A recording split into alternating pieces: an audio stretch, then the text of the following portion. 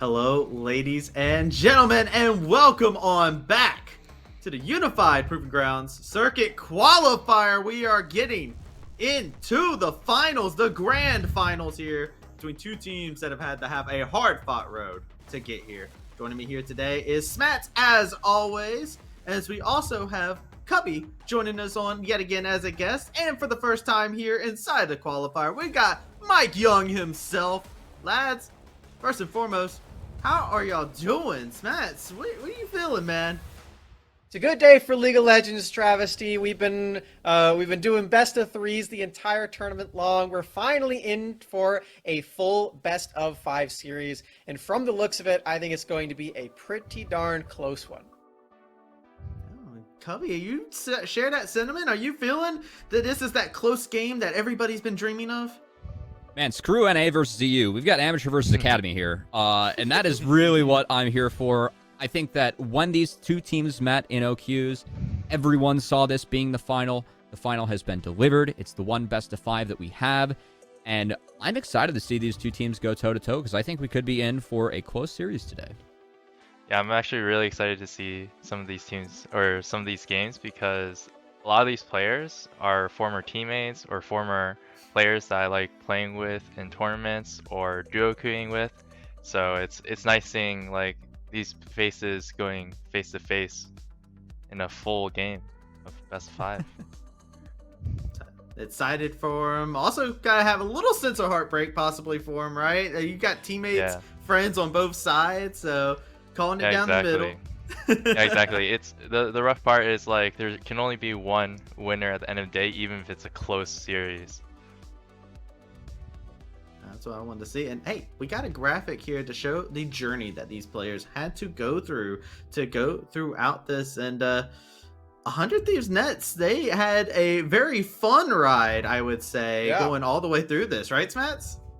They haven't lost a single game outside of their first best of 3 in the entire tournament, including the qualifiers. They went 4-0 in the open qualifier. They only lost a single game, and that's continued to be the case here in the playoffs.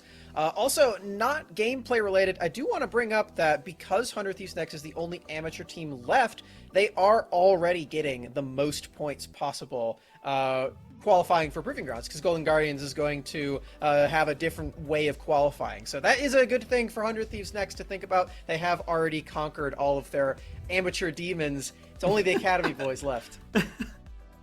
And hey, the Academy boys are out for revenge here. Talking about teams that have only lost one. Well, hey, look, Golden Guardians, they've only lost one time as well, and that's to 100 Thieves Nets.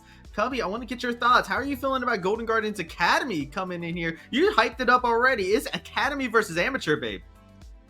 So that first matchup, I think that caught a lot of fans by surprise, in which the manner that 100 Thieves Next won that game.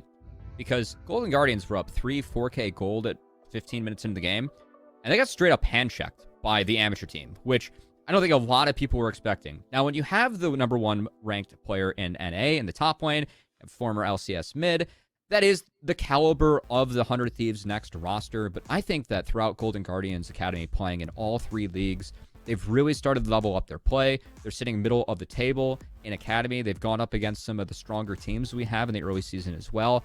And I think they have some sound strategies that they can run today that can really give 100 Thieves Next a run for their money and give them a much better chance to take the series this time around.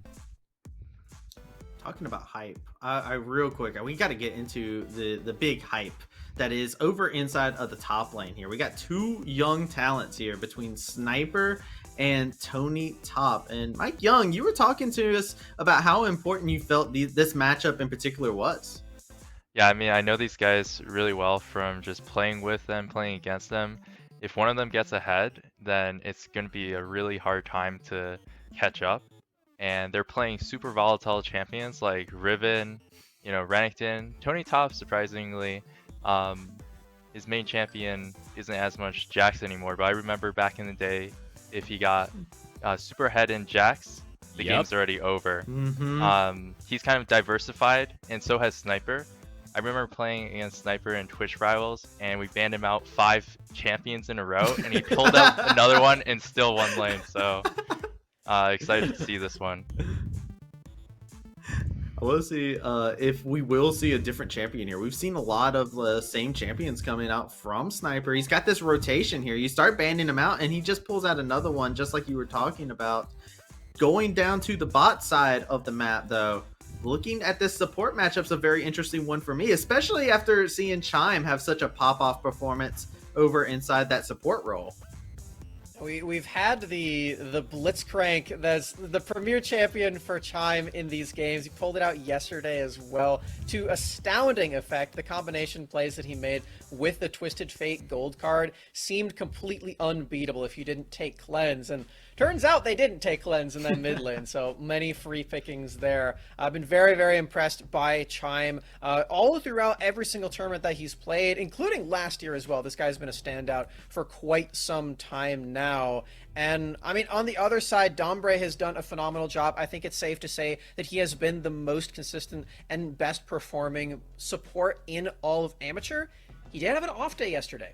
I think he definitely did struggle to keep up with some of the map movements that specifically Mordio was making against him, and it caused him to look a little bit less coordinated than usual. He's going to need to bounce back in order to take down a Titan like Chime.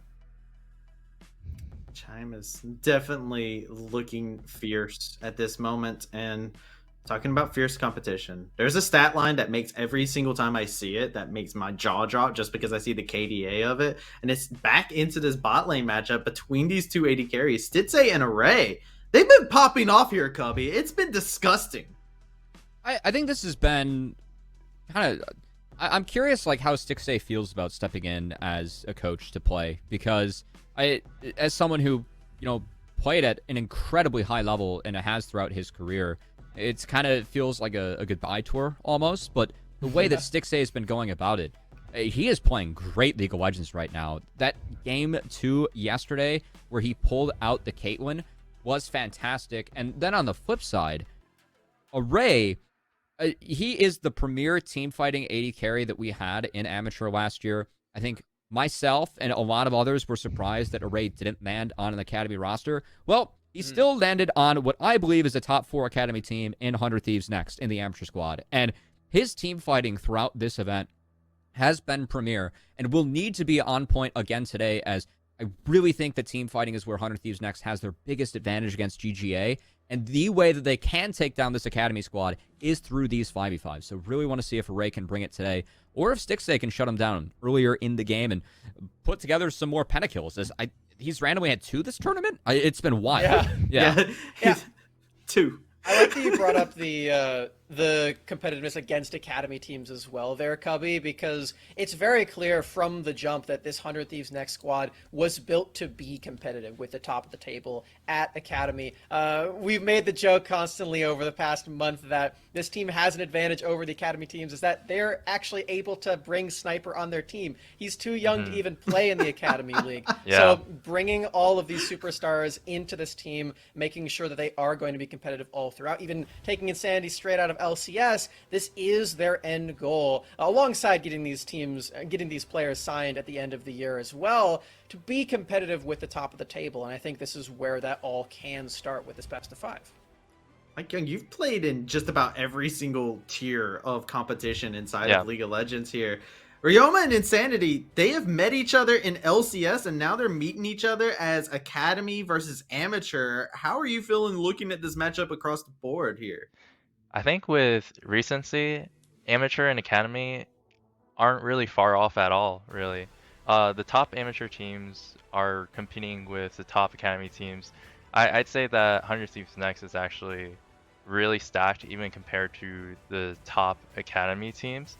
Just knowing, like, Insanity and General Sniper for the solo lanes, like, they're really good players, like, close to top Academy, LCS level at their shining points.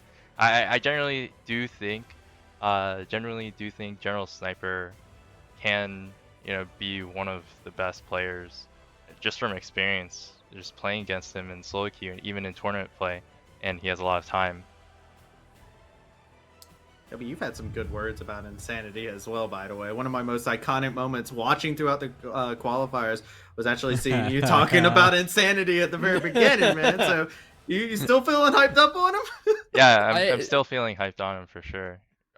For I might have interrupted here, but he's my ex-teammate, and I'm rooting oh for my ex-teammate, and I think he has the work, the work ethic and the skills to back up, getting back into the LCS. He's definitely deserving of that as long as he puts in, 100%.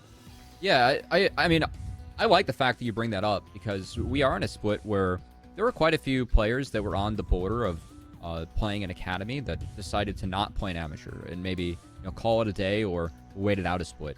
Insanity's not that person. The drive and the work ethic that he's showing by kind of dropping his ego and saying, you know what, we are a good team. I know that this is amateur, but I can step in and be really useful. And I know that like from behind the scenes, he's helping Sniper with one-on-ones, like picking up some of these big macro concepts and helping evolve Sniper to be a better player. And the fact that Insanity is like able to show this maturity at such a young age, and then you combine that with his play on the Rift too. This guy's playing really good League. I've been loving the Vigar mid-game spikes. I think this Vigar-Viego combo that they're running is actually really good with all the upfront damage from Vigar, combining that with the Viego resets. So I think that Insanity is somewhat, pioneering something. But on the flip side, I think Ryoma's playing the best League of Legends that he has in his career. Keep in mind, this is someone that was on the 100 Thieves Academy squad last year that won Proving Grounds. So I think it would mean a lot to Ryoma to take the win here. I know it's just amateur. I know these guys are playing at all three levels, but I would like to believe he's playing with a bit of a chip on his shoulder today.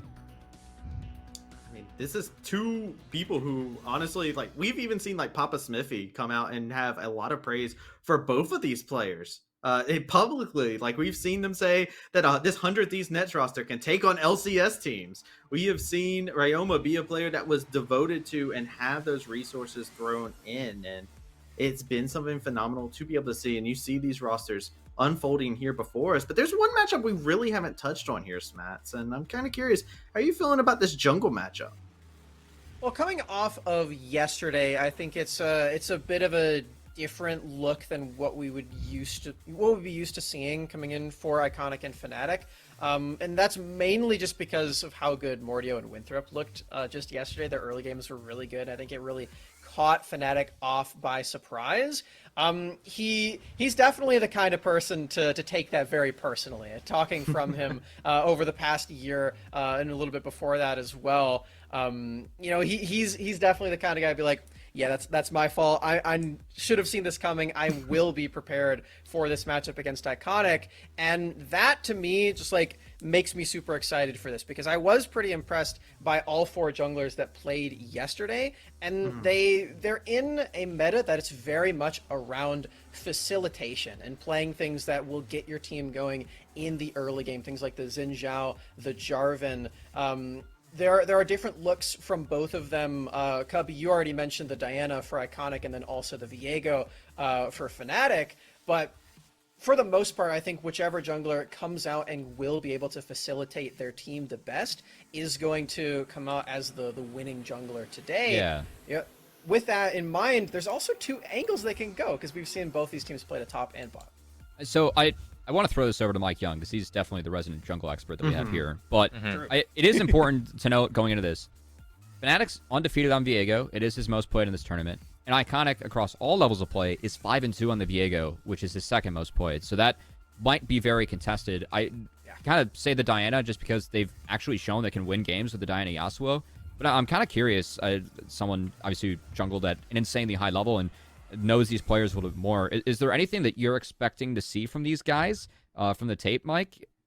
So with how volatile the side laners are and solo laners are because of their high skill level, I'm assuming to see more aggressive picks, like especially from the mid lane that pair up with aggressive junglers like TF, for example, like being contested, or roaming picks like even Silas or LeBlanc, even though those are not like the typical control mages. Maybe we'll get a surprise, assassin, but it's unlikely in that case. But I say like TF is one of my favorites that I know that they can both like pull out at any time with an aggressive jungler. Maybe we'll see Syndra as well with Viego.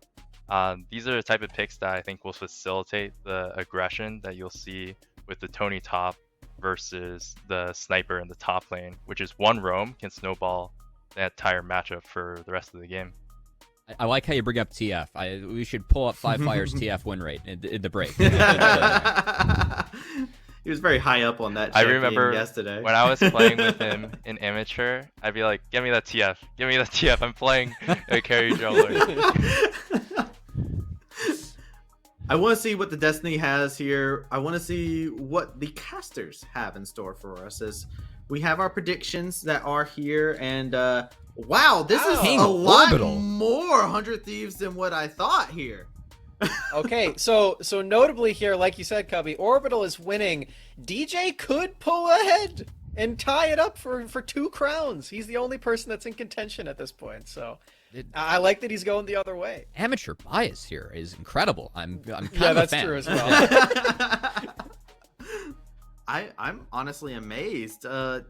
How are y'all feeling about this? Mike Young, are you in the same boat? Are you leaning more heavily towards 100 Thieves? Do they have your heart as well? I think it's pretty obvious that 100 Thieves has my heart with how I'm hyping up their solo laners. Hey, okay, the solo laners is enough to win a jungler's heart. You heard it here. Cubby, how are you? Are you showing that amateur bias? You got that academy, stuff that you're working on here. You got to think about it. It could be clipped. Bit conflicting. Based on how the teams played yesterday, GGA would 3-0 or 3-1. But I have faith that 100 Thieves next can clean up their early games and not share the same level 1 on red every single game as well. So I'm hoping that and Donbray matching a couple more roams changes things for 100 Thieves next. Make sure that they are going into these team fights closer to even footing. And that's really where things hit their stride for them. I've got them taking this 3-2. I think we're going to be here for a while, gentlemen. This is going to be a close series. I'm a fan of Cubby predictions. I am a fan. Give me the 5-game series. Smats, have you changed yours since yesterday?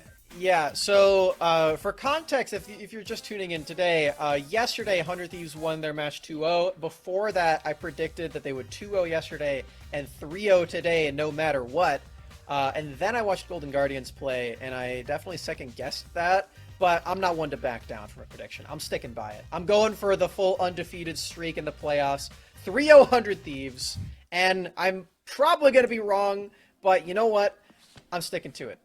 I respect that. Even after, you heard Don Bray say, wait, we have a best of 5 tomorrow? Hold on. That was eye-opening for him, I'm sure. Gotta watch those bedtimes. Look, healthy mind, healthy body, gotta go with it. Let us know who you guys have by tweeting at us, #WeAreUnified. Let your predictions be known, or ask whatever questions. Let your thoughts be known for a chance for your tweet to be shown here on the Academy broadcast, where you can ask all sorts of questions. Like, you could ask Mike Young who his favorite duo partner is out of every player playing inside of this game. Put him on the spot. Do it. Do the #WeAreUnified. Let's find out. I want to know if Mike Young wakes up that cute, or if he has to do all the work, to make him look this dapper. Look at him, man. Dang, you're too much, man. Wow. I wasn't ready for that one. Gentlemen, we are moments away from our match coming up. Smat, since you got some words on your mind here, apparently. Last thoughts. What are you looking at here going into this series? What is your before the games begin to start? Well, we were talking a lot about the draft before we got live, and we do know that Golden Guardians is taking blue side for game 1. I'll credit Cubby for this as well. He said that it was probably going to be that way throughout the entire best of 5. I do agree with him. I think 100 Thieves definitely wants to be on red for the most part. The only way that I could see that changing is if we get to a situation where 100 Thieves are up like 2-0 and Golden Guardians wants to shake things up in the top lane, because I have been known to criticize Tony Top's blind pick capabilities in this top lane. I think that would be a way to shake things up. But hopefully for Golden Guardians, it doesn't come to that, and hopefully they do stick with this blue side strategy that they looked so good on yesterday. I think to go off of that, I want to really look out to see what 100 Thieves bans on red to open up. I think you have to take away the Diana and the Caitlyn, and you really have to think about taking away that TF from Ryoma. But there's a lot of openers that GGA could do on blue, like Jinx Ophelio's first pick that Stixxay has been fantastic on, or you could give Stixxay an Ezreal. As you just mentioned, we've seen Karma open from GG. I'm curious to see if maybe they spec that way to kind of combat the team fight. Other picks, Gwen Viego. Tony Top, 9-1 on the Gwen across all levels of play. I don't want to see him get that champion. If he does, really hope the Sniper has something fun to prep against it. As for me, I'm just looking at specifically whether each team decides to play top side or bot side. Considering, from my point of view, I'm guessing 100 Thieves might lean towards the top side, but Golden Guardians seem well versed. They're experienced. They have all that practice. They can probably do both ways. It's going to be depending on draft here. There, we're gonna get to see the draft unfold before our very eyes, but here to navigate us through it and guide us through all the possible chaos we might be able to see here, we got Desserate and Rebel Fox on the mic. So gentlemen, take it away. Welcome to the casting desk, and thank you, Travi. My name is Eric Desrux Patran. Joining me on the desk is Dean Rebel Fox Merrick. And Dean, let's get into this right away because we got quite the matchup in store. On one side of the rift, 100 Thieves next. This is a pro org that has dived deep and heavy into NA developmental and has pushed a lot of prospects within their alumni. And then Golden Guardians Academy, the only academy team to come in here, and they're fighting on multiple fronts. The LCS lock-in, LCS Academy, LCS Proving Ground Circuit Qualifiers right here, and they're not floundering. Both teams have a hype train. Only one can be derailed, D. I'm really excited for two specific reasons. Number one, walking into this tournament, we got our chance to watch all the way through open qualifiers, and we ended up in a situation where these two teams were at the end. I don't think that was unexpected by any single person. That game was a banger also. Went down to two full base races before finally it was completed from the side of 100 Thieves, even though they were sitting at a goal deficit. I think that game was it was an exciting setup for what everybody expected was going to be the finals as well. So here we are, the culmination of the entire split. Plenty of surprises along the way. But we finally got into the chance in which both teams are going to be in a position that we expected them to be. The second reason I'm excited, you didn't call me no nonsense Rebel Fox, so I get to be nonsensical all broadcast long because you didn't limit me this time. It's the grand finals, Dean. I gotta let you be unleashed in this one as we are ready to head into draft now. I want to know what has you excited for this matchup. I gotta echo some of what I heard on the analyst desk. Sniper versus Tony Top is going to be a hot one. Breaking down Sniper a little bit more, he's the second highest KDA in his role, second to Alorum, but that really doesn't tell you too much. Alorum plays a lot of these hard to kill champions, which keeps his death count really low. Sniper has the most kills, third most assists in his role, all within 9 games. He is a hype prospect here on 100 Thieves next. 100%. Sniper is a big difference maker inside of this game because that was perhaps the one series where Tony Top did look at least a little bit lost, was in their one matchup up in over qualifiers. Because it was funny, Golden Guardians had set up this top side play in an attempt to get him going, and it failed, and then immediately Fnatic turned back up to that top side, got Sniper rolling a second time in that game, and gave them an additional way to start closing off the remainder of the map. Our desk talked about it. I want to just talk about for a second our desk smurfing this draft already, because they talked about 100 Thieves, they nailed all three of their bans right off the bat. Golden Guardians went aggressive and they went, okay, we're going to take off Jace, we're going to take off Akali in an attempt to pitch off Sniper's role. But here's Sniper saying, I'm going to play the Gwen. It's my champion now. You get a chance to counterpick, but I don't know. Wait, let's see what you've got, Tony Top. He's had 2 games of red side counterpick. Both of them were Fiora. Is he busting out the Fiora in game number 1? I'm not exactly sure, but that's been his choice. The Jax would be far more entertaining, and I love that he's going for it in game number 1 for a bit of comfort back in the day. Oh, yes, the Jax being locked in for Tony Top. I remember, what was it, sometime around summer 2020, 2021, was it? One of those years, but basically he had an undefeated streak on this Jax whenever he was able to lock it in and get it onto that top lane. So exciting champion to see get locked in. It's one of the pocket picks of Tony Top, as well as Chime going for the Thresh. A little less hype on the Hook champion. He's been going with the Blitzcrank quite a bit now, but this is more of a comfort pick for him, as for 2022 so far, he has been leaning a lot into that Thresh.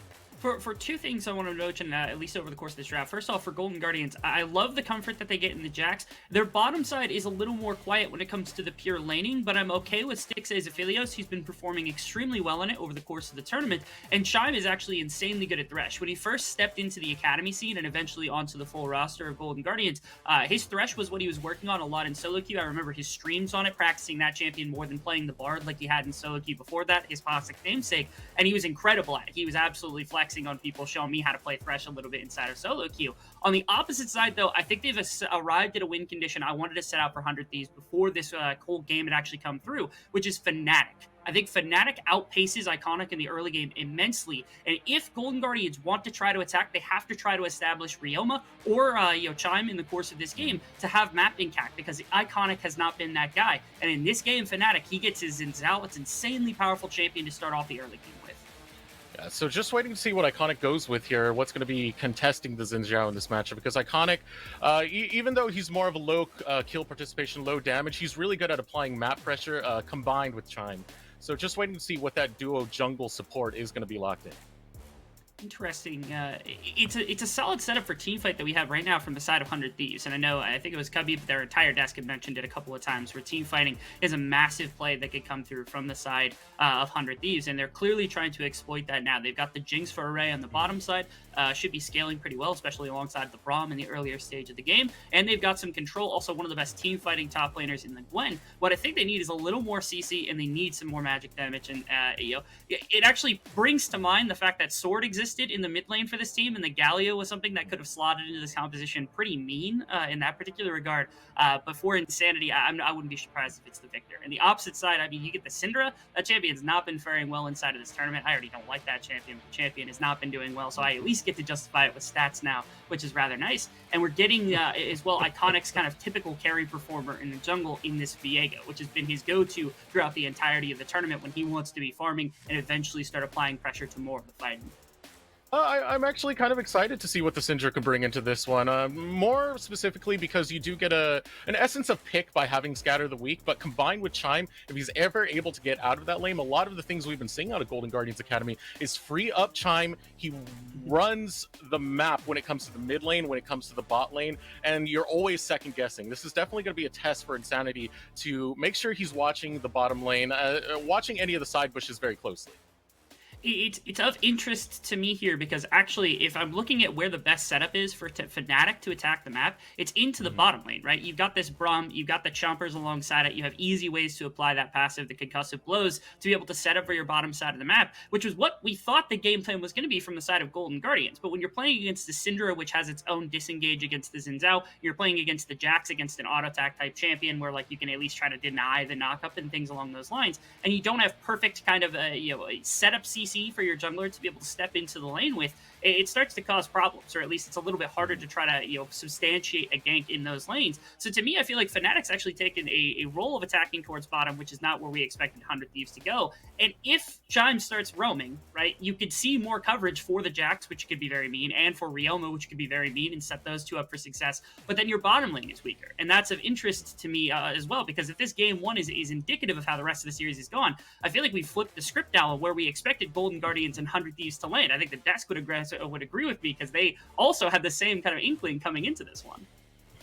Yeah, and getting into that bottom lane matchup a little bit more, Stixxay versus Array, this is a very high-profile matchup, because when it comes to this tournament, just Array and Stixxay are two names that were very much hyped up. Array coming out of UST, I remember that Darling roster with Robbie, Katsuo, and all of them. He was a big part of UST's success. He's been so much more well-refined while being 100 Thieves next, and the analyst desk talked about it a lot, the wealth of experience that you get from an EDC like Stixxay. I feel as though what has really defined some of the AD role over the course of this tournament has been ADCs who are capable of staying incredibly safe in the laning phase. And the trick to Array is that while other people like Stixxay has fallen into this role, not necessarily because he's had like the Callista, we're not going to talk about that, and then Jhin performances as well. But then also you had like Vex, who was playing the Ezreal over the course of the semifinals, and a bunch of other ADCs who fell into that role as well. Array's team fighting is something we've given him praise for since back when he was on like Resolve in the last split, and he had a lot of fantastic performances inside of those team fights while maintaining safety. This is perhaps the best setup for him to be able to do that in, and it's shown off in this tournament, which is why I think Stixxay is going to be able to match that. Stixxay's got the experience to fit what Array is going to be going for, but it is at least a strength for 100 Thieves composition. And so the bottom lane 2-on-2, again, I'm actually favoring Jinx and Braum in this if we're expecting Chime to start moving, and I'm also expecting pressure from Fnatic. So I'm curious whether or not Iconic is going to notice this and try to play more to the top side, try to get Tony top and Ryoma going, or if he's going to play defensive, try to get Stixxay out of the laning phase, or do something to kind of thwart that potential pressure. I will say, Stixay is one of the harder ADCs to actually really shut down in that bottom lane, even when Chime does get freed. Of course, Aphelios is not a champion that's going to complement that as well, but it's just Stixay's been playing such a multitude of styles within this tournament alone. You know, you talked about it a second ago, the passive safe Ezreal that allows Chime to roam free, but the balls to the wall Callista that you hate so much that, what was it, Wild Card they pulled that out in, just went full aggro into that bottom lane. So, hype matchup to see there. Over in the mid lane, one of the things that pops out to me again over on 100 Thieves Next is their the way they've mixed up a lot of their experience along with their new players. Insanity has been such a pivotal role in 100 Thieves Next in development of both Sniper and Dawnbray and bringing in those players up to the same standard. Yeah, Insanity being this massive experience for this squad is helpful for a lot of the development for the players. I feel like he's also been a lot of the absorber in the earlier stages of the game. It's like if 100 Thieves doesn't necessarily know where to translate a bunch of their resources, they just go, okay, let's put it into Insanity and figure out what to do from there. And that's arisen at least in a couple of games that I've been able to watch from them over the course of the entirety of the tournament, which means Insanity also is just willing to take this onto his back. He's willing to play the Victor, the Corki, and then immediately start attacking the remainder of the map. It's very hard to shut him out in the laning phase, and from that, it's also very hard to stop him because he gets going pretty much no matter what, which makes it difficult. When we walked into this thinking that it was Insanity versus Ryoma, clearly this is probably on paper the hardest matchup that Insanity is going to have, but I was kind of hoping Golden Guardians would give something with a bit more agency over to Ryoma to try to get him roaming too. And all of a sudden, if you compare, Chime and Ryoma, if Iconic's not going to be ganking a lot more than he had previously, you can combat the aggression of Fnatic. That doesn't seem to be the case in this game. Instead, they're going to take some of the earlier pressure that Simbra's going to have, maybe use it in some skirmishes, but most likely the champion's not going to pull full priority of the mid lane over Insanity like I might have wanted. That's what makes this mid lane matchup pretty exciting to me, is that Ryoma's always been that in-your-face mid laner. He's always the one who's going to go for that 1v1 play, just try and kill you straight up.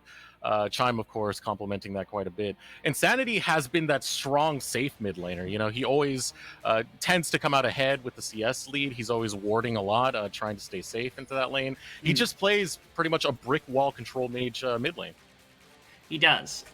It's like a unstoppable object versus an immovable object type deal that we have between these two potentially to set up, but we'll see how that kind of thing plays out, because as our mid lane matchups go, these are two of our more technical. Both of them have been at the highest level of competitiveness here inside of North America, so our expectations aren't necessarily that they get into fish fights to begin the game and things just go a lot crazier to start things off. We expect a little bit more reservation perhaps out of these two for the respect they might hold for one another. We'll be watching the volatility of this top lane. Tony Top, Sniper. Talked about it on the analyst test. Both these players like to play fighters. They like to play side lane control, and they like to play coin flippy matchups, to say the least. It's this tournament, I feel like they've really kind of put the shackles a bit onto Tony Top's pool, because Tony Top hasn't been pulling out nearly as much of this as he has. And again, part of this was because he was on blue side the vast majority of the tournament. The priority for that for Golden Guardians has been high, and they've been picking him champions that you wouldn't necessarily see. Gwen has been incredible. His Camille from back in last split when he was developing it was also incredible. But the Renekton was not great, so I'm glad that they didn't go back to Renekton to any extent. Kind of hoping they don't do that during the course of this series. You can see both junglers also pathing towards this lane. I feel as though if you're going to start a cascade on the map, top lane is a place where putting some resources could be helpful, right? If Fnatic ends up there first, gets Sniper ahead, all of a sudden the matchup gets far more favorable. They have a bit stronger of a top side to work with, and the ability to move a lot faster with your team fighter. If Tony Top gets ahead, that means Sniper is kind of locked into a side lane a lot more. It's more difficult to manage getting out and getting away to some of the fights. It allows Tony Top to play for more of the side lane, which is what he's been accustomed to since he really made introductions into competitive amateur academy, whatever you want to say. You see Iconic already eyeballing that side of the rift. Gonna meet now is gonna be Fnatic and Iconic going for the same Scuttle Crab. Both of the mid laners kind of peeling off into that direction. And I believe the net win there is gonna be Fnatic, who's able to get the Scuttle. Yeah, was able to snag the Scuttle. Additionally, Cam Skip wasn't there, waiting on Dawnbray. The shield was necessary to make sure that was going to happen. This would have opened up for Iconic to actually come back to bottom side, because they would have had the push from Stixay and from Chime, but unfortunately it seems like that's not the case. Was he just body blocked by that minion? Is that what was happening right there? Yeah, he got body blocked He into just a got minion. body blocked Donbray by tried a to take minion. advantage of it. So close to getting that winner's bite, but that's a flash burn early for Stixay. Oh, goodness gracious. How tragic of a beginning to this laning phase can you possibly have? Now Iconic gets a chance to play up into the top side. Ooh, Sniper taking a lot of damage. Will he be first blood in this fight? The answer is going to be yes. Tony Top asserts dominance on his baby, the Jax. Very, very nice. You see that Fnatic, he pathed towards bottom side to secure the second scuttle of the game, having both of those basically a camp advantage after the deficits and everything. The thought was, like, I was like, okay, Iconic could technically cross map because he's got the push on bottom side, but since the flash was burnt, and Fnatic ended up showing on the bottom side of the map, it ended up being that, Fnatic sees his opportunity on top side. There's no one there to actually respond, so he's able to get up there and kind of throw a wrench, or my apologies, Iconic is able to get up there and throw a wrench into everything to help set up his top laner, which was desperately necessary. Tony Top was down absurd amounts of CS to start with against Sniper, and since both of them don't have flash, the summoner spells going against both of them, the lane is just more equalized. We're expecting a bit of a quieter top lane now. Yeah, more equalized, a little bit more EXP going over to Tony Top to try and at least equalize the EXP dip that's going on from that first blood. But pushed back right into the tower. Now looking at mid lane, you're starting to see some roaming coming out of the bot lane of Golden Guardians Academy. This is what we're expecting. Chime to get out from that bot lane and try and set up Ryoma. Ooh. Just show up in mid lane, but unfortunately, again, Insanity is a tough nut to crack. There are a lot of mid laners that Chime has been able to kind of roam against, other laners just in general in top side that he's been able to find success against, but Insanity seems like one that's going to be the hardest to actually accomplish this. Perhaps this is why the Syndra ended up getting taken as a way to try to generate this offense where like the combination of Syndra with the Thresh is enough to CC him to death, or at least force Insanity to play very far back in the lane. It's the same when Iconic starts to come, is you've got setup CC, potentially gank in the early lane towards Insanity if things were on that line. We had quite a bit of danger from Chime roaming because of that little minion block that we saw earlier. It can be punished quite quickly. Aphelios is not one of the better champions at staying safe. It's not the Ezreal that we were talking about before. So Chime definitely has to watch those timings quite closely. They've been making the pushing power work as well. Chime hasn't been able to step out nearly as much, and I don't expect that to be the case for most of the earlier laning phase. All it takes is one W and one Q from Braum to immediately burn a flash, or even just potentially kill off Stixay inside of this game. So you have to keep your eyes on the Aphelios a little more than you would want to. So I feel like that latches Chime to the bottom lane more than you would normally want him to be in a game like this, where you really want him to have this impact across the map. But so far, nothing going too crazy anywhere. It has just mostly been traded ways, everything along the line. Just the one gank to the top lane that led to the 500 gold lead. First blood gold going into the pockets of Tony Top, going to help him out a little bit in the top lane matchup. I'm curious where these dragons also lead, because 100 Thieves, I feel like they really want to leverage a lot of the power they've got in the 5-on-5. The best way to do that is to control the Drake pit in the bottom river, but their bottom lane has been pushed in a number of different times, and Syndra should be able to pick up steam against the Victor here after the Null Magic Mantle pickup, which means that mid lane should also go to the favor of Golden Guardians. So to me, they actually are the ones that now get to see, hey, Dragon is a potential option for us to start taking, so that they don't get control of team fighting, they don't get to pick that. Instead, we get to start fights on our terms. Now, a lot of priority going over to Golden Guardians Academy in the mid lane, in the bottom lane. Here comes the hook. Over the wall comes Fnatic. The target is going to be Stixay. Exhaust onto Stixay. Half health is Array. Out comes the Lantern. A good sidestep, looking to block whatever damage he can. Is going to be Chime, but it's not going to be enough, though. Stixay falls. Fnatic able to get the kill. 100 Thieves next. They're able to snap back. Well played into the bottom side here for Fnatic. Again, finding aggression. It's off the back of a hook. Right there, it seemed like Stixay and Chime, they were half committed to the idea maybe of Stixay just losing the life. The Lantern was there, but it wasn't far enough away. Chime maybe trying some trickery to make sure that they didn't know exactly when it was going to come out. And because of that, it feels like they didn't get all of the distance that could have been possible. Again, the counterplay could have been there from the Xin Zhao at the level 6 to be able to stop that kind of thing. And maybe they were trying to figure out a way to get him out, and it just wasn't fast enough. So this is Fnatic first making a move towards his bottom lane, shutting out a lot of the farm from Stixay as well. This is setting up Array in a really solid way, but again, it also opens up bottom river for that dragon stacking to set up that 5-on-5. This is exactly what I think 100 Thieves had in mind when it came to this composition. Good start so far coming out from 100 Thieves. We got to look at that gank that came out for Fnatic, because coming in at the right time and just splitting Stixay away from his support. When did he hit level 6? He didn't have level 6 at this point, so I'm a little bit curious why the Lantern didn't come out a lot faster. Just because, again, this is a champion that obviously, like, Chime has piloted more than enough to know the Lantern. I know Stixay has played with this champion more than enough to understand that. That felt like a really late Lantern. It feels like that could have been dropped almost immediately to turn around. I don't know if they thought they could potentially put extra damage into this. I don't really know what the call was there, unfortunately, between the bottom lanes, what caused that lantern to come out so late. Maybe it was even a cooldown problem. Maybe he had used it to get into the lane a little bit faster, and that's why it wasn't quite up for Chime until it was a little bit too late. I thought Fnatic had hit level 6 and he could have knocked him out of it, but doesn't seem like that was the case. So just a loss on the bottom side, and again, more pressure put down there. Solid job from 100 Thieves. Right here, Chime going to leave the lane right away to try and provide some extra pressure to ensure that this Rook Herald is secured. Iconic starting it now. Fnatic not going to be the wiser to it. So much priority coming out from Golden Guardians and their draft so far. In the mid lane, able to shove in is going to be Ryoma. The top lane, Tony Top, really taking it to Sniper Wolf. So it's hard for Fnatic to get out of his jungle and find a place to pressure.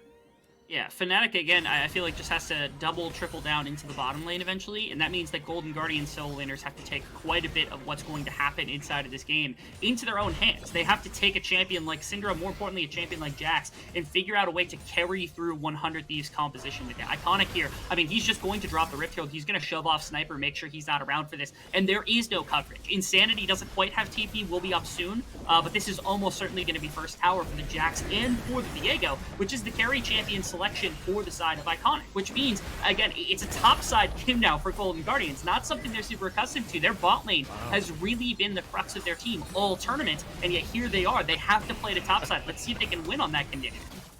That's pretty nice to see Tony Top pop off. Good start coming out from Golden Guardians Academy, challenging the prospect over in the top lane of 100 Thieves next. Now 100 Thieves next, making their move on the opposite side of the map. Dragon started by Fnatic. First strike will be picked up over to 100 Thieves next. A lot of pressure going to the bot lane as well, as Array is able to pick up some of those plates. And speaking of pressure, it's going to be pretty insurmountable if Sniper doesn't get any backup here from Tony Top soon.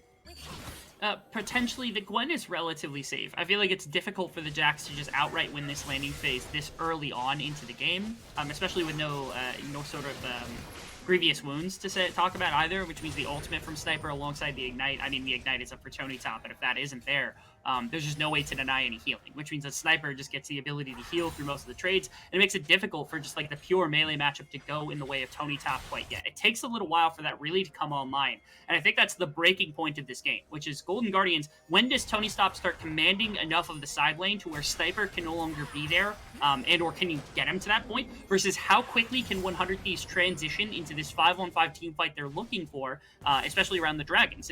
Does it require you going all the way up to 4 Dragons before that's the case? Because I feel like Jax will eventually outscale that, but if it only takes 2 Dragons before you're baiting Golden Guardians into your clutches, that's where things can go well. Ooh, a great scatter of the week onto Insanity, who takes a good chunk of damage. Chime tries to walk in the flash over the wall. Insanity will be able to get to safety. A good timed flash there.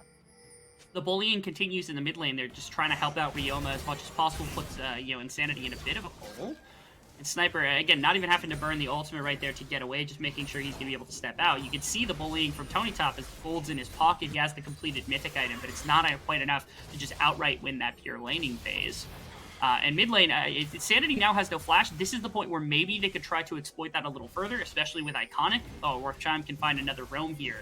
Again, just taking into the top side as much as possible. Fnatic now to cover for top lane. They got Dawnbray as well. They're just going to full commit, and the back, unfortunately, means he's on his lonesome. All right, the leap strike coming in, gets knocked up by the 3 talent strike. Waiting for the counter strike, trying to get some damage onto Fnatic, see if he can finish off the job. Actually, Fnatic getting low there. Tony Top will fall. Sniper able to grab the kill. He gets the flash. He gets a lot out there right there. From Fnatic, the ultimate. From Sniper, the ultimate, the Ignite. The flash from Fnatic was, I feel, a little bit unnecessary. Even the exhaust from Dawnbray. Took all 5 of those tools just to be able to bring down Tony Top. And the exchange is that now Aphelios gets to pick up some additional plates on the bottom side of the map. So does Sniper pick up enough plates to actually warrant this? Because again, you're now trading a bit of pressure, from Sniper, where like he now gets a bit on the top side in exchange for Stixay getting some reprieve on the bottom side of the map.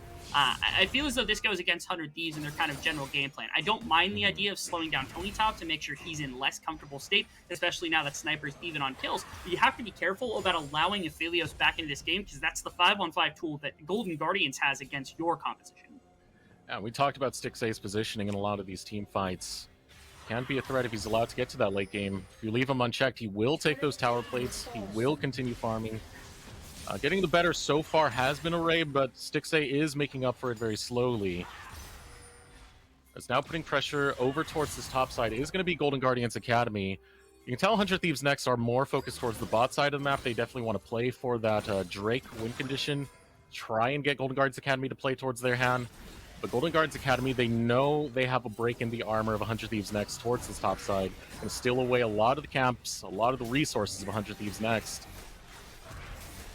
They're playing split map pretty well right now on the side of Golden Guardians, just denying as much topside kind of ammunition as possible from 100 Thieves. It's culminated in a 2,000 gold lead, which isn't humongous. A fair amount of that is going to be in Tony Top. It's also a fair amount of it right now is actually an Iconic from the amount he's been able to farm as well. In terms of what gold, as well as in the mid lane. Again, this top side of the map here for Golden Guardians hasn't been able to full push this advantage that they've had, but again, it's been developing slowly over the course of the laning phase, which is humongous, because these are the players that you're looking for to help carry this game. I'm waiting on Iconic as well. There have been games where Iconic has gone crazy on this Viego pick. He oftentimes is very slow and methodical with how he approaches the beginning of the game. Sometimes it seems like he's even going out of his way to make sure that he is making sure that he's in a position to do damage. He's in a position to carry games before trying to set his entire team up for a lot of success. This is a game that's gone so slowly that I feel like that punishment window for Fnatic has started to go away. It started to close very heavily, and that means Iconic is going to start having a lot more impact inside a game like this. His ability to take over another champion, to team fight, to put out damage is definitely there, or at least arriving at that location for Golden Guardians. You can see they're trying to actually muscle away a little bit of the win condition from 100 Thieves. They snag a dragon. It slows down so much of what 100 Thieves wants to do. Insanity still has no flash. He has no flash. He's in the wrong spot, wrong time. Iconic will take him down. 100 Thieves next, losing Insanity. They're going to lose any positioning they would have onto this Drake. Golden Guardians Academy in a better position now as they start to look for more in the mid lane. Chime looking to find that death sentence, gets knocked out by the Glacial Fisher instead, gonna flay them backwards, but gets destroyed by Array. Now Array is excited, able to get those autos. It's completely unchecked. Array will tear apart Golden Guardians Academy, able to get the double kill. Stixxay walking away, oh so slow in the process. Will they go for the dive? Nope, a minion gonna block the zap, but there it is. 100 Thieves next, coming in big. Using tools in the jungle specifically to pick off Insanity was humongous here for the side of Golden Guardians, but they lost their mid push because of it. And because eventually Stixxay and Chime, they're trying to juggle between pushing out mid wave and getting into the river to be able to actually compete for this dragon. It kind of slowed everything down, and it made it so that a full fight commitment was there from Golden Guardians. They never win that. I feel like they just need to ditch as soon as Chime is there.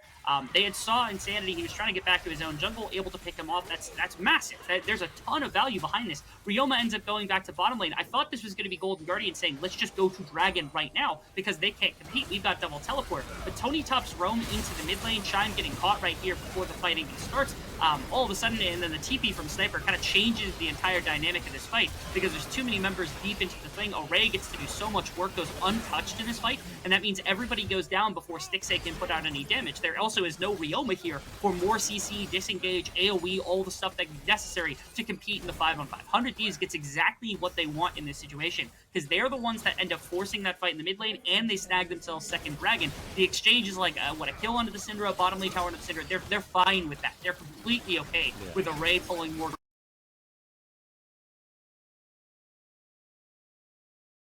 condition here. So good start to come out of 100 Thieves next to be able to retaliate like that. Next thing on the map will be Rift Herald. So spawning up to grab that will be Golden Guardians Academy. They've had a lot of priority over towards this top side of the map. They're going to continue pushing that, continue establishing that deep vision that you can see just lighting up the jungle of 100 Thieves next. Golden Guardians continue to take this topside approach. They continue to grab the gold, just as much gold as they could possibly get, because this is what's going to be necessary for them to turn this game, right? Like, if you don't have gold to be able to fight up against a team that's got the dragon stacking and what should be a superior team fight, it's just, there's nothing for you to accomplish on the map. So that's why they snag up as much as they can. It's necessary. They get it off the back of the bottom side take as well, because they just get to walk the top side, take the Rift Herald immediately. Sniper now with the completed Riftmaker is also pretty terrifying, now also with a bit of armor in the boots. He's got the stopwatch as well. Again, the side lane's still not going super well or at least Tony Top isn't winning it hard enough to warrant like a pure like one-on-one victory up against the side of the Gwen. You can see a little bit of hovering, but mostly the problem here for Golden Guardians is that Array is on so much gold right now that like they can't ever team fight. They have to find ways to arbitrarily win fights or win skirmishes, find ways to get gold like the Rift Herald or find pick kills without fighting against Array because he will rip through your team, which is really hard to do right now. There isn't really many ways for this team to be able to find picks. They got Ryoma, right? Like they've got Stixay if he's got Gravitum Ultimate. That's a huge way to start off a potential pick or a potential fight or skirmish, something along those lines. But so far, Golden Guardians haven't been able to force their hand like that in any way. I will say this, though, for their resources that they have to accomplish this picks, it's not really tied to ultimates. They do have ways to just be able to expend this and try again and again and again. You know, we've seen some compositions that are heavily ultimate dependent. Golden Guardian's not really suffering from that. It's just a matter of skirmish. It's just a matter of control.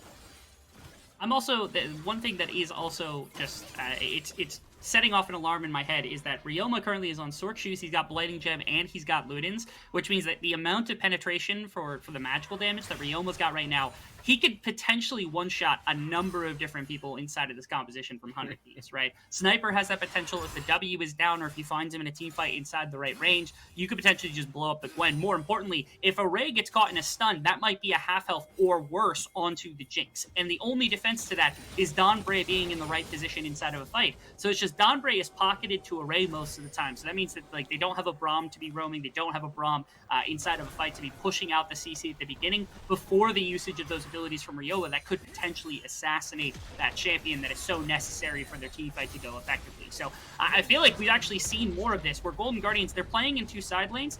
They shifted right there to make sure that Ryoma pulls more gold. And I think eventually that's going to be better for them ultimately because now Sniper can't really win the one-on-one against Jax in the same way Jax isn't winning the one-on-one against Sniper. So you start putting more resources into making sure your Syndra is going to be an absolute menace, have the penetration and the AP necessary to blow up members in a fight. And that means that like Insanity still has to be careful even though he's got the Merc Treads. You can see they're starting to be magic resist being prioritized by like Fnatic because he's worried he's even going to get blown up by this champion.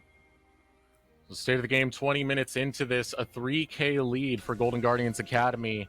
Now looking to set up for the next Drake. We have it in 25 seconds. 100 Thieves are going to be the first ones to get their footing within that Drake pit.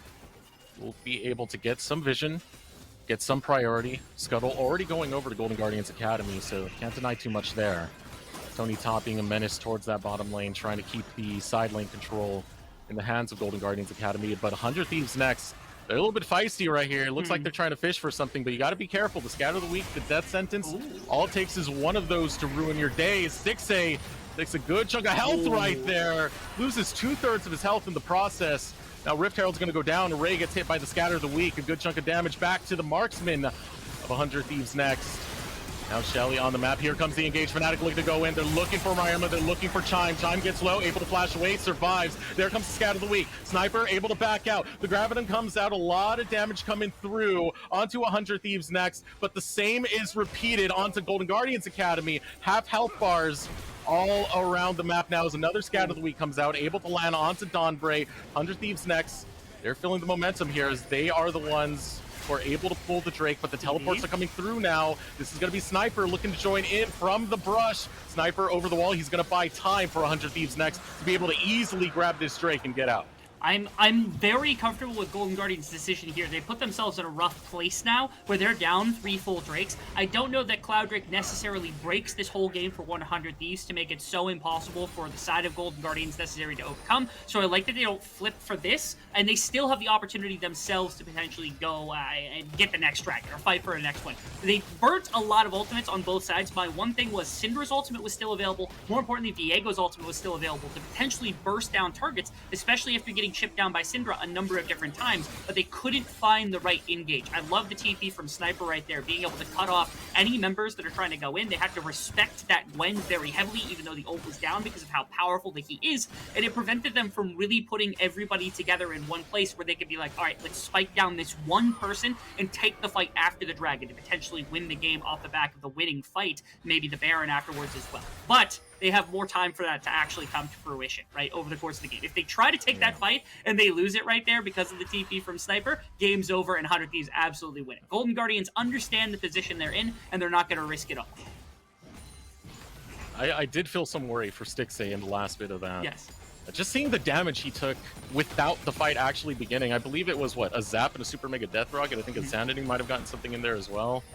Kind of shows you just how vulnerable these ADCs are if they're able to get locked down onto you. And given how much range these compositions have. Golden Guardians Academy now starting to circle around the Baron pit, trying to get control over there. Donbray just going to run away, seeing Iconic on that inside track in the mid lane. Golden Guardians Academy get the vision, push it forward into the jungle of 100 Thieves next. Ooh, importantly. Okay, so this 4-on-4 is very interesting, and the side lane is also interesting, because again, Tony Top is now broken into 2 items, as has Sniper. The armor is there to defense against a bit of the damage, but the sustain is also there now that it's Blade of the Rune King in the back pocket of the Jax. So again, the side lane continues to be... it appears as though the Jax just gets a lot more priority here. Sniper is respecting very heavily the pure mechanical ability of Tony Top, combined with where he's at in his itemization. It would be extremely difficult for either one of them to pull a full one-on-one against the other, get a kill, and start pressuring in the side lane. So then you start considering the remainder of the map for both of these two teams. Again, Jinx has to be protected. You don't really have an escape tool like a Thresh Lantern to pull her out of a bad situation, so Ray has to play more defensively, and Donbray has to be in the back pocket most of the time when you're roaming anywhere, trying to put waves into your carry on the side of 100 Thieves. And it's opening up opportunities for, I think, Iconic to be a little bit more aggressive and Ryoma to be able to step up a little bit more. And so they're able to set up a line around the kind of just barely the exterior of the Baron pit. You can see they're able to wrestle away a little bit of vision control on the top side of the map to continue pushing waves back and forth. And it sets up for what is a Viego and a Stixay Baron, which they've started up right now. There's no vision of this. If they want to push in, they have to push into what is a Syndra, which is going to be able to rip them to pieces if they've got the vision. There's one ward, I think, on the other side of the pit to be able to catch them, but nobody's here quite yet. They pull off the Baron. I like that this they're at least testing 100 Thieves a little bit here, trying to poke and prod and see if they're prepared for something like this. Fortunately, 100 Thieves is ready for it. A little bit tense right here. 100 Thieves next. Going to stand 5 units strong quite soon, as coming into the mid lane is going to be Sniper sieging up the mid lane tower. Stixay trying to clear away the wave. Sniper clearing away the jungle camps of Iconic. Tower will not go down. 100 Thieves really pressing their advantages. They realize how far ahead Array is. You know, 3-0-1 does have the Kraken Slayer and Runin's Hurricane completed. He can provide a lot of DPS once these team fights start. Yeah, for team fighting here for Golden Guardians, I feel like it's all about how do they put pressure onto Array. When you've got a back pocket Braum for the shield, the W for some additional resistances, you've got the Locket in the back pocket, you've got the ultimate, you've got the CC that he can provide. There's so much there to help defend the Jinx in a game like this. Array is going to be a fortress that needs to be sieged somehow. Ryoma's a good way to do that. You can see the damage is starting to come through when the Rabadons, or if you're able to get some more stacks for your Magis and the AP starts coming in, really going to start doing a lot of damage to this Jinx. If you get an ultimate off onto that champion, she basically is out of a fight, if not just dead outright over the course of this one. Almost to the point where I feel like Guardian Angel might be in the future here for Array. After the Infinity Edge, it might have to be a Guardian Angel angle just to make sure that Array isn't just completely lost inside of a fight if there happens to be a pick that comes through with it, which does slow down a little bit more. Dead Sentence onto Donbray. Donbray gets chunked. Donbray! Gets really chunked. Gets destroyed. Stixay will take him down, but Stixay falls in the process. Array able to grab that one. Goes on a rampage, and now Sniper looking to chase down Chime. 3 members now around Chime as he gets caught by the Death Sentence. Goes Golden, buys time for Fnatic and Array to join the fight. Sniper will get out as Tony Top looks to back off Array. Barely able to get out from the Scatter of the Weak, but 100 Thieves next. They're able to grab Stixay. They trade it for Donbray, but this was the objective right here, Dean. They want the Drake. Great force right there from the side of 100 Thieves. After their support gets picked, there is some real fear that Array can just get assassinated, but because a lot of the cooldowns were ripped by Ryoma, off the back of that just going down, they're able to full infringe into the jungle of Golden Guardians and bring down multiple members, or at least take down one of the more important members. Stixay going down is damage from range. Combine that with Chime getting pushed out of the pit and everybody else getting low during the course of that process. It just means that there's nothing there for Golden Guardians to stand on. I don't think they lose all that much. Cloud Soul is incredibly powerful in its own right, but it's not a game decider here. And I gotta see what happened, because what it looked like, Stixay got really aggressive for the positioning onto Donbray. It was the trap line. Array, you little sneak. I was trying to figure out how they got him stuck in place like that, and Array sneaks down a trap line, able to put him in place for just a little too long. Sniper also buying absurd amount of time for for the rest of his team, be able to drive back everybody. Loved the ability to throw the rockets in from Array at the last second to drop Iconic's health, because if they get a kill onto the Gwen, all of a sudden things get a little bit crazier. One good stun from somebody, one good play from Tony Top ends up getting them into that pit and winning that dragon and the potential team fight. So 100 Thieves instead just securing that one off the back is really good individual play there. Props to Array, because again, that trap completely eluded me on the first one. I couldn't figure out what in the world hit Stixay, and there it is, the trap line perfectly placed. This is a disgusting point for Array as well, because he's now completed his Infinity Edge. He has a stopwatch on top of that, so another layer of protection. It's going to be hard to take him down, and if he's unchecked, the damage is going to be huge. But here comes the pain. Super Mega Death Rocket comes out. It's not going to land. Glacial Fissure over the wall, knocks up Chime in the process. As Teleport comes in from Tony Top. Sniper going to join the fight, goes after Iconic. Iconic will hop over the wall and leave Tony Top to be destroyed. Stixay falls to the process. Ryoma trying to get away, but you can't run from Array. He goes golden. The trap line is set. A double kill for Insanity. And 100 Thieves next. They destroy 4 members of Golden Guardians Academy and start just walking right into the base like they own the place. Almost certainly going to be the game right here as well. 100 Thieves understand now. They've got their Cloud Souls. They've got the movement speed. In the right ultimate situation, you can pick so many members of this team. And right there, Ryoma stepped up to try to find a stun. I think it might have been his undoing, because that cost him to be too far up. The follow-up was there from 100 Thieves off the back of a nice sniper flank. And they're going to take game number 1. Golden Guardians had a gold lead for probably 25 minutes of this game. And it's not until the last possible second that 100 Thieves able to flip it into their favor. But I don't think we had a question. That team fight was always going to be in favor of them.